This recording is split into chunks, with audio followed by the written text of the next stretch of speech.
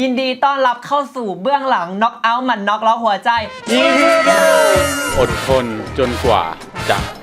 หมดยก ทีแรกก็เล่นหมดแล้ว ฉันมาทำอะไรที่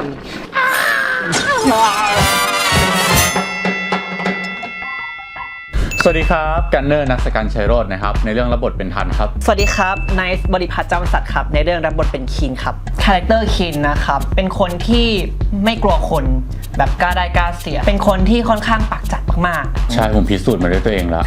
ใช่เจ็บจริง ๆเป็นบท อ๋อเป็นบท คิน ใช่ เป็น ไหม คนแบบนี้อยู่แล้ว ค่อนข้างยากเพราะว่าจริงๆแล้วผมเป็นคนเรียบร้อยขับอะไร ๆ ตรงข้ามกับทันเลยครับกันเนอร์เป็นคนค่อนข้างที่จะพูดไปเรื่อยเขาเป็นคนก็ไม่ได้เงียบขนาดนั้นแต่ว่าเป็นคนที่พูดน้อยคินเขาพูดแบบใส่มาเลย10 ประโยคแต่ทันพูดกลับไปแค่คำเดียว ได้รับข่าวว่าคุณพ่อเสียครับเหมือนเขาบอกมาว่าคุณพ่อโดนหมากัดตายมีเงื่อนงำบางอย่างที่ต้องติดตามว่าคุณพ่อเนี่ยเสียชีวิตโดยอุบัติเหตุจากการหมากัดหรือว่ามีอะไรอยู่แบบเบื้องหลัง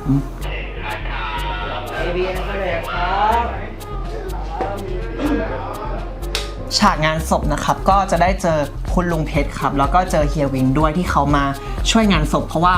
คุณลุงเพชรเนี่ยเขาเป็นเพื่อนกับคุณพ่อมาก่อนเล่นโดยพี่สามารถพยัคฆ์อรุณก็รู้สึกว่าพี่สามารถเขามีความแบบธรรมชาติเลยแบบว่าดูแบบออร์แกนิกสุดๆเลยใช่ครับ สวัสดีครับ ผมไกด์กันตพลรับบทอีทครับ ผมเดชนรงค์เดชรับบทมาวินครับของผมนะมาวินนะฮะเป็นลูกเจ้าของค่ายมวยนะครับผมที่นิสัยส่วนตัวค่อนข้างที่จะเสี่ยงดวง แล้วก็ห้าวๆนิดนึงนะฮะแต่ว่าพออยู่กับเขาแล้วก็กลายเป็นหนุ่มอบอุ่น ใช่ นั่นเองนะฮะ แต่พออยู่กับคนอื่นปากแจ๋วมาก ใช่ปากแจ๋ว สุด ด่าทุกคนไม่เว้นแม้กระทั่งพ่อตัวเอง ๆ เชื่อ ก็วันนี้ก็คิวแรกครับ ฝากให้กำลังใจพวกเราและทีมงานทุกคนด้วยนะในน้องเราครับครับผม ยินต้องมาเจออะไรภายในแบบช่วงเวลาสั้นๆ แบบเยอะมากเหตุการณ์ต่าง ครับ ๆเยอะมาก ไหนจะเพิ่งสมัครงานไป ไหนจะพ่อเสียไหนจะมารู้ที่หลังว่าพ่อเป็นติดหนี้หลายบาทหลายสตางค์กระทืบเอาเงินฟาดหน้านู่นนี่นั่นเอาเงินที่เป็นงานศพไปด้วยมาคิดดูน่าสงสารแค่ไหนอะ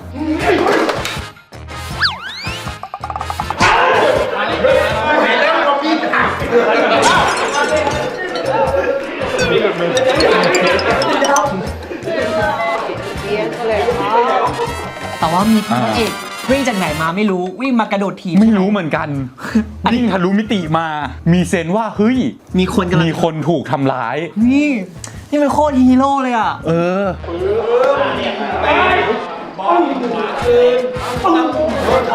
ปกติเนี่ยเวลาเราแอคชั่นอะถ้าเราแอคชั่นกัน2 คนเนี่ยมันจะต่อกันได้เรื่อยๆแต่ถ้าสมมุติว่ามันมากกว่า2 คนมันเพิ่มเป็น 3-4 คนขึ้นมาเนี่ยมันก็จะมีความยากตรงที่ว่าเอ๊ะเราต่อยคนนี้เสร็จเราก็จะต้องมาถีบคนข้างหลังต่อแล้วเราก็ถือว่าเป็นเรื่องแรกที่หนักหนาสาหัสมาก ผมก็ต้องแอคชั่นกับเขาเหมือนกัน อ่า แล้วก็โดนต่อยโดนกระทืบนู่นนี่นั่นรู้สึกว่าแบบมันแฮปปี้อ่ะมันแบบโดน แฮป แบบ ปี้เหร ว่า อโดนต่อยแฮปปี้ เอ้า เหรอ ปกติเราไม่เคยโดนต่อยกันแบบว่า ไม่เคยโดนทำร้าย โด ร่าน ง ต่อย กา แฮ ย ปปี้ว่ะ ไม่มันแบบเป็นอะไรใหม่ๆไง โอเค ที่แบบว่าสนุก ครับ ดีแบบลงไปลากกับพื้นนู่นนี่นั่นอะไรอย่างเงี้ยใช้อุปกรณ์แถวนั้นสู้อะไร ครับ เงี้ย ก็ผ่านไปแป๊บเดียว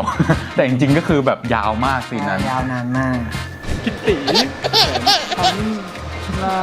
ทำเป็นรอย โดนแต่เช้ายันมืดโดนต่อยโดนเตะโดนบุลลี่จี้หมดละหมดทุกอย่างละชีวิตนี้รอดได้ไงอะตอนนั้นอย่าลืมเอาใจช่วยคินกันด้วยนะครับทุกคนคินสู้ชีวิตมาก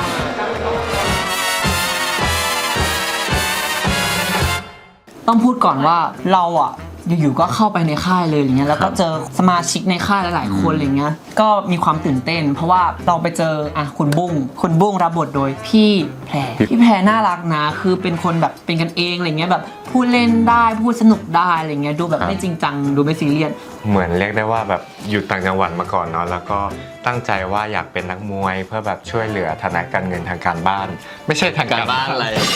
เหมือนกำลังไปเรียน การบ้านอยู่ เหมือนกำลังไปเรียนมาแล้วติดอ่ะก็เลยได้ผันตัวมาเป็นนักมวยจนกระทั่งได้มาอยู่ในค่ายเพชรศักดิ์ครับผม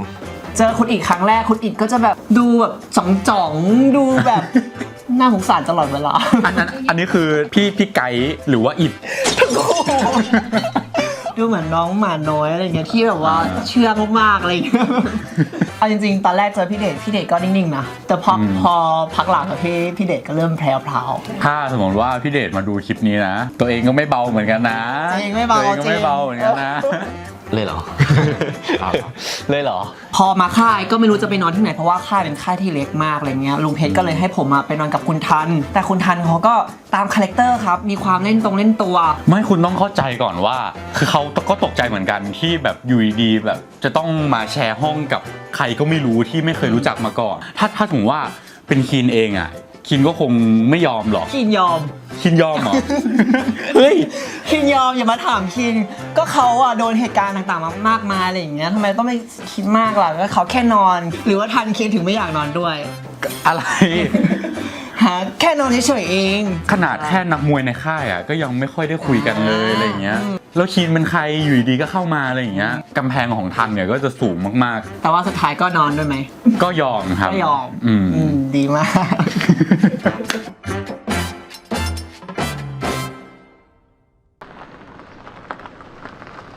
ตอนนั้นคีนกำลังจะไปสมัครงานแล้วอยู่ๆเนี่ยแล้วก็จับตัวคีนไป แล้วก็ไปเจอกับเจ๊หมวยครับผมเป็นซีนที่เราจะโดนเจ๊หมวยเนี่ย ครับ เอาบุหรี่จี้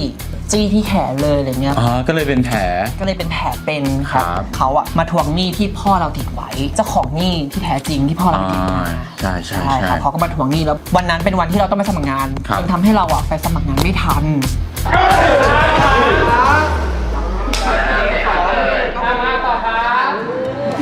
ว่าเป็นกำลังใจให้คีนด้วย ย้ายถึงทีผมมั้งเหรอเจ๊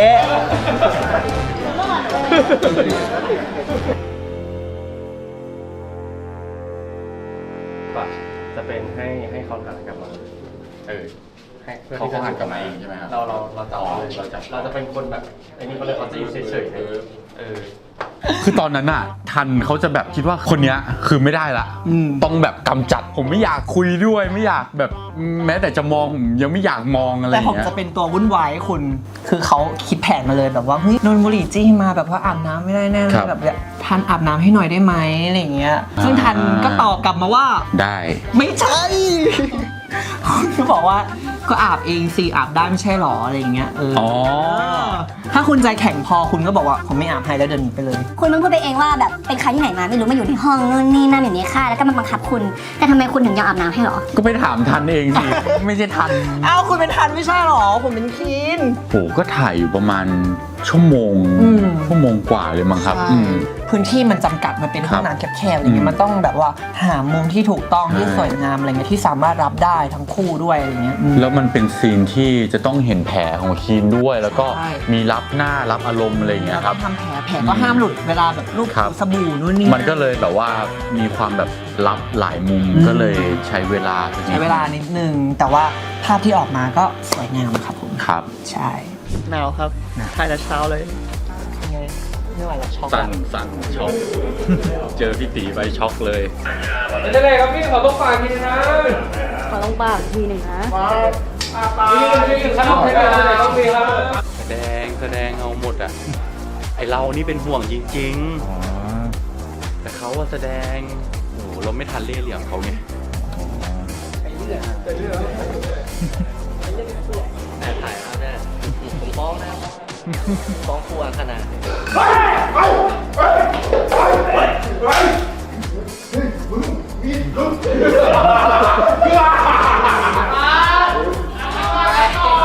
ไอเบสมาเลยครับนี่ผมทำหัก2 อันแล้วนะ นี่คือเบื้องหลังความสำเร็จของคุณมาวินนะครับเดี๋ยวจะพูดนะครับบราโว วันนี้ก็กลับบ้านไปพักผ่อนอะไรช่วยโอเคครับผมไว้เจอกัน